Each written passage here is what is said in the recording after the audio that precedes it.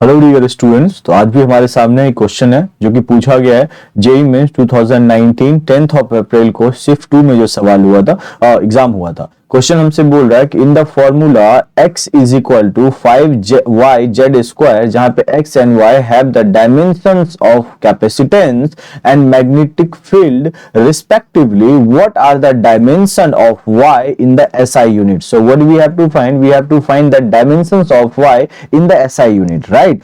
So we know that the energy of capacitor, so we know that the energy of capacitors formula is what? U is equal to 1 by 2 CV square. हम जानते हैं ना ये चीज, हमें पता है कि जो एनर्जी हम फाइंड करते हैं किस चीज का, कैपेसिटेंस की, वो क्या होता है हमारा कैपेसिटेंस, कैपेसिटर आप जो भी बोले, U is equal to 1 by C square होता है। अच्छा, अगर हम डायमेंशनली इस चीज को देखें तो आप थोड़ा सा प्रैक्टिकली सोचिए, ये तो कांस्टेंट है तो इसको तो लिखने की जरूरत ही नहीं है, तो क्या इसको हम यहां से हटा सकते हैं? तो अगर मैं डायमेंशंस की बात करूं, अगर मैं डायमेंशंस की सेम फॉर्मूला की डायमेंशंस की बात करूं तो क्या वो हो जाएगा C is equal to U by V square, क्योंकि मुझे किस चीज का चाहिए, मुझे चाहिए U का। यहां पे देखिए अगर आप ध्यान से दें तो हमें बोला गया है कैपेसिटेंस फाइंड करने के लिए इसका, ये तो हमने एनर्जी का फॉर्मूला लगाया, तो हमें U का नहीं फाइंड करना है, हमें C का फाइंड करना है। ठीक है, चलिए आगे बढ़ते हैं। तो मैं C को इधर लेके आ गया और U को V को U के नीचे लेके आ गया। इतनी बात समझ में आई। अब हम लोग एक चीज और जानते हैं कि जो हमारा V होता है वो हमारा क्या होता है, V हमारा पोटेंशियल होता है। अच्छा, क्या हम पोटेंशियल को इस तरीके से लिख सकते हैं कि potential energy by charge?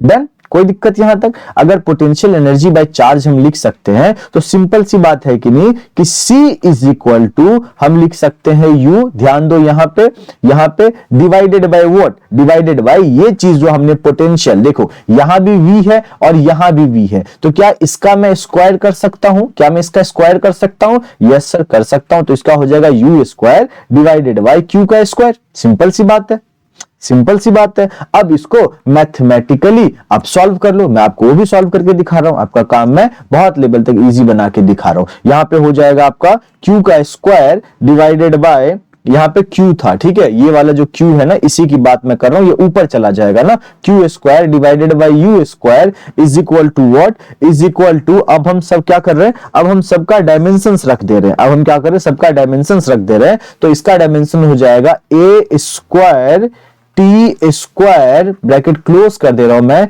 Divided by M1 L square T minus two. अच्छा, यहां तक अगर हो गया तो यहां से क्या हम x का फाइंड कर सकते हैं, x इज इक्वल टू हमारा हो जाएगा M-1 L minus two, L minus two हमारा हो जाएगा। कैलकुलेशन आप भी मेरे साथ करते करते रहो, उसके साथ A का स्क्वायर और T का 4 हमारा हो जाएगा। सिंपल सा, हम सिंपल सॉल्यूशन निकाल रहे हैं, हम कुछ खास नहीं कर रहे, सिंपल मैथमेटिकली सॉल्यूशन हम निकाल रहे हैं। ठीक है, तो अब हमें डायमेंशन ऑफ मैग्नेटिक फील्ड चाहिए। हम क्या यूज करेंगे, force on a current carrying conductor in magnetic field क्या होता है हमारा, वो हमारा होता है F is equal to BL का स्क्वायर, वो हमारा होता है F is equal to BL का स्क्वायर। तो क्या मैं ये लिख सकता हूं B is equal to F by L and L, इसको भी ब्रैकेट में क्लोज कर लो, मैं यहीं पे करके दिखा दे रहा हूं ताकि चीजें आप लोगों को बहुत अच्छे से समझ में आए। तो क्या मैं यहां पे कर सकता हूं, यहां पे मैं कर सकता हूं M1 L1 T minus two divided by AL, ये L है, बात आई समझ में? इतनी बात समझ में आई? यहां तक तो कुछ ऐसा नहीं है ना जो बहुत बड़ी चीज है आपको समझ में नहीं आए। देयरफॉर हम लिख सकते हैं Z इज इक्वल टू कितना आ गया, M1 L0 T minus two A minus 1।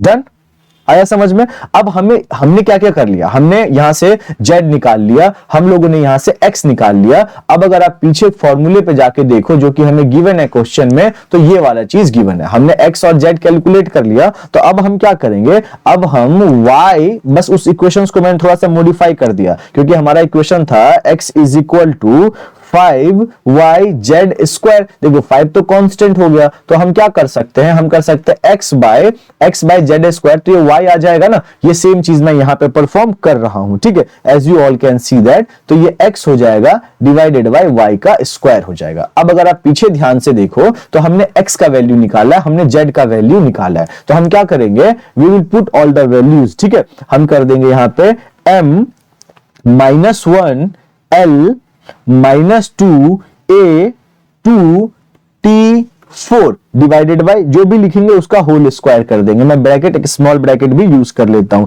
m1 l0 t -2 a -1 का होल स्क्वायर क्लोज ब्रैकेट, ठीक है। अब इसको जब आप मैथमेटिकली सॉल्व करोगे तो आपको पता चल जाएगा कि y is equal to m -3 l -2 a 4 और t6 हमारा आ जाएगा, ठीक है। यहां से बात समझ में आ गई। अगर ये यहां तक मैथमेटिकल कैलकुलेशन आपने कर लिया तो बहुत इजी था, और यहां से हम देख सकते हैं कि हमारा ये 8 है, ये t हमारा 8 है, ठीक है। और यहां से हमारा ये c जो है करेक्ट ऑप्शन हो जाएगा। क्या हो जाएगा, c हमारा करेक्ट ऑप्शन हो जाएगा। तो अगर आपको ये सॉल्यूशन समझ में आया हो और ऐसे ही सारे सॉल्यूशन आप देखना चाहते हो कहां से कहां तक का, 2002 से लेके 2020 तक का हर एक चैप्टर का मैथ्स और फिजिक्स का, तो डिस्क्रिप्शन में आपको लिंक मिलेगा, प्लीज जाइए। All the best, thank you.